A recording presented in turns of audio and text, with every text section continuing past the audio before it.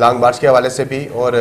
توشہ خانہ سے جو طوائف لیے گئے ان کے متعلق بھی، اور پھر سب سے زیادہ جو عام بات ہے اس وقت صوبہ بلوچستان کے جو پسماندہ علاقوں میں اس وقت ریلیف کا پروگرام چل رہا ہے اس کی کیا صورتحال ہے، اس پر سینئر صحافی تاج محمد جان صاحب اپنا تجزیہ پیش کر رہے تھے۔ ناظرین، اس کے ساتھ ہی میرے پروگرام کا وقت ختم ہوتا ہے، اگلے پروگرام تک کے لیے اجازت دیجیے، اللہ حافظ۔